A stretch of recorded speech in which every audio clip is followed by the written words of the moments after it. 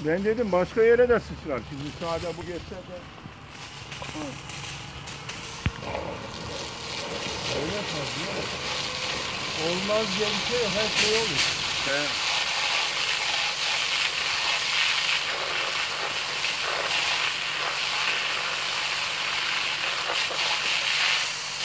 Bir de şurada var ustam delik. Öbür tarafında var bak, oradan da çıkıyor. Buyurun. Yalnız öbür taraf için yukarı çıkmak lazım onunla. O odunları da, daha odun da burada yığılıydı, attım odunlarını. Eğlence yapıyor geri zekalı.